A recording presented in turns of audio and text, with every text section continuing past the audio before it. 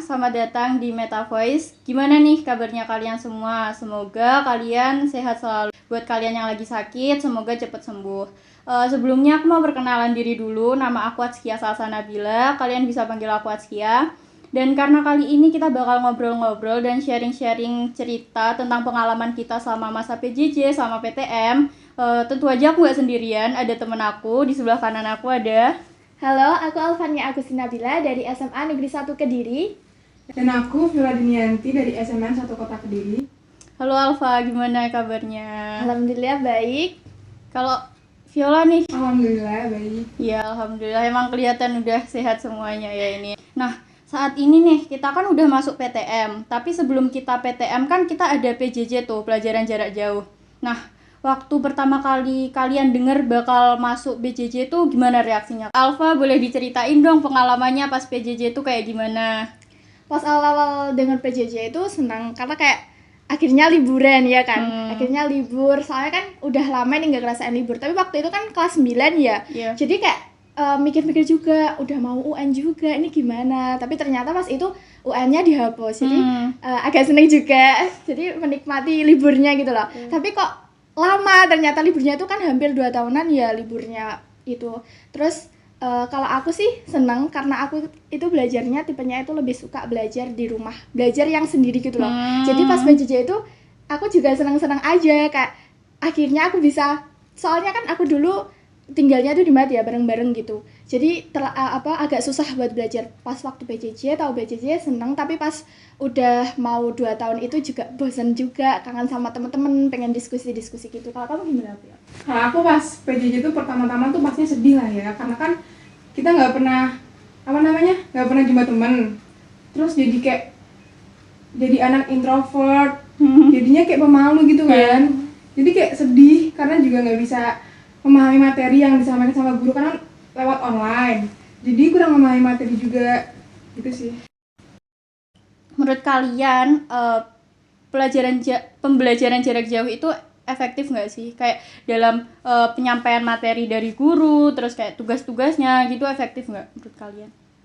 Kalau menurut aku sih sebenarnya itu nggak efektif ya, soalnya kan lihat aja banyak anak-anak seumuran kita yang kesusahan kan sama belajar, terus bahkan ada sampai korban juga, ada kan berita-berita bunuh diri kayak gitu kan. Nah, jadi kayak nggak efektif aja, tapi sebenarnya itu bisa dibuat efektif. Kita tergantung kitanya. Sekarang kan juga ada YouTube, ada pembelajaran online kan sekarang udah banyak banget ya aplikasi-aplikasi.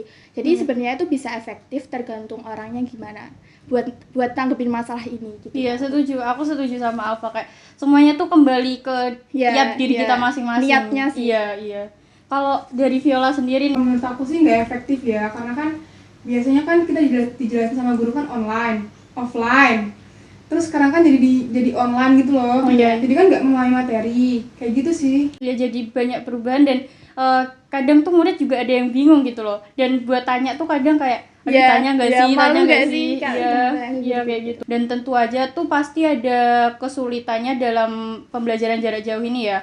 Kalau menurut aku nih, selain murid yang kesusahan dalam situasi kayak gini, guru itu juga susah loh. Kayak kan nggak semua guru tuh kayak ngerti tentang IT, tentang teknologi kayak gitu. Dan mereka harus belajar itu juga susah. Terus kayak selain itu murid-murid kayak yang ya mungkin ada yang malas, ada yang ya kayak gitu kan. Iya. Buat ngumpulin tugas susah. Jadi guru-guru kayak ya aku tahu perasaannya gitu kan. Ya. Guru-guru itu mikirnya sudahlah kalian tuh ngumpul tugas aja, nanti nilainya gampang. Pokoknya kalau kalian tugasnya lancar, nilainya juga lancar. Menurut aku sih itu kesulitan dari guru ya, mungkin guru ngerasain itu.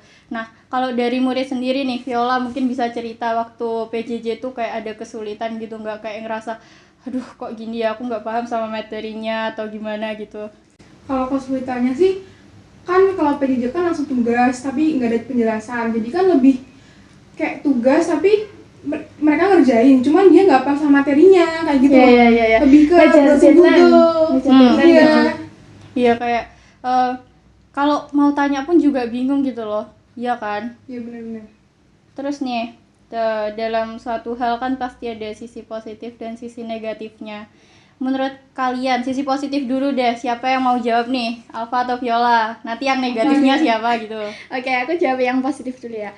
Kalau positifnya sih kan itu tujuannya emang awalnya buat ngurangin corona ya. Kalau tujuan kedua, positif kedua itu cocok sama tipe belajar kayak aku yang sukanya belajar sendiri di kamar gitu, jadi lebih bisa fokus gitu loh kalau belajar. Terus enak aja, itu menurutku sisi positifnya di situ. Kalau negatifnya?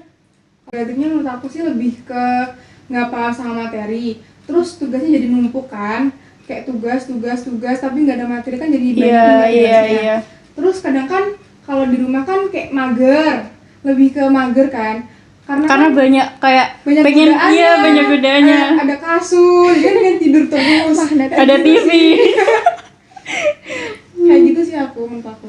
Kalau aku mau nambahin ya, kalau positifnya menurut aku itu yang pertama itu kita juga belajar tentang teknologi gitu. Jadi kita berinovasi gitu. Guru-guru juga jadi tahu kayak media-media yang bisa digunain buat nyampein pelajaran gitu. Nah sekarang karena kita alhamdulillahnya udah masuk PTM, dan itu menurutku hal yang paling menyenangkan sih, PTM, ketemu teman-teman walaupun kita masih dibagi sebagian. Terus gimana waktu PTM Alfa, seneng nggak? Awal-awal dengar PTM itu juga senang, kayak akhirnya bisa ketemu teman-teman, bisa tahu nih temanku yang kayak gimana gitu loh. Karena sebelumnya kan dia cuman online. Cuman di grup paling cuman gitu-gitu aja. Terus jadi kayak senang, terus akhirnya bisa mendengarin penjelasan guru secara langsung, udah mulai sedikit-sedikit paham lah, ada perkembangan daripada yang dulu ya kan. Menurutku itu sih pas kesan awalnya itu. Viola nih, gantian Viola. Kalau menurut aku kesannya tuh lebih ke senang juga ya, karena ketemu teman-teman. Terus jadi kayak udah 2 tahun kan nggak ketemu teman-teman kan, jadinya kan kangen ya pastinya, kangen main-main bareng kayak gitu sih. Iya. Apalagi aku paling kangen tuh jajan di Kopsis, di kantin. Jam kos di kantin. Iya. Jam kos itu enak banget. Terus kalian mau nyampein pesan gitu gak? Pesan terserah buat teman kalian, buat guru-guru yang udah ngajar atau apapun, pesan yang pengen disampaikan, silahkan. Aku dulu ya. Oke. Kalau pesan untuk teman-teman sih lebih ke tetap semangat belajarnya, jangan males-malesan karena kan kita kan udah kelas 11 ya. Jadi kan udah mau kelas 12, jadi lebih ke fokus aja. Dan untuk guru-guru sih pesannya lebih ke makasih karena udah mau ngebimbing kita walaupun online dan udah berusaha buat ngasih materi ke kita biar kita paham, kayak gitu sih. Oke, kalau aku buat teman-teman seusia kita ya, tetap semangat, terus kita tuh harus usaha gitu loh, jangan bermimpi aja tapi nggak ada usahanya, cuman dibuat tulisan aja tapi nggak ada usahanya kan sama aja. Jadi bermimpi dan diusahakan. Jangan lupa berdoa juga. Waduh, bagus banget nih pesannya dari Alfa, dari Viola. Dan menurut aku, kalau pesan dari aku sendiri nih, kita kan sekarang juga tahu ya kesulitan di masa-masa saat ini gimana gitu. Jadi jangan buat masalah ini, kesulitan ini sebagai alasan buat kalian nggak bisa belajar gitu loh. Kita bisa melakukan segala cara buat kita bisa belajar gitu, karena belajar tuh nggak cuma harus datang ke sekolah gitu. Belajar bisa dimanapun, bisa pakai apapun gitu. Dan baik itu guru, baik itu teman-teman semuanya, pelajar-pelajar di Indonesia gitu, ayo kita bareng-bareng gitu, kita semangat buat ningkatin pendidikan di Indonesia ini. Terus habis gitu kita harus bisa buat melakukan perubahan setiap harinya, setidaknya dari kita sendiri. Terima kasih nih Alfa sama Viola udah mau ngobrol, sharing-sharing tentang pengalamannya. Jadi segitu aja dari aku kali ini. Sebelumnya minta maaf kalau ada kesalahan kata. Tetap semangat dan jangan menyerah.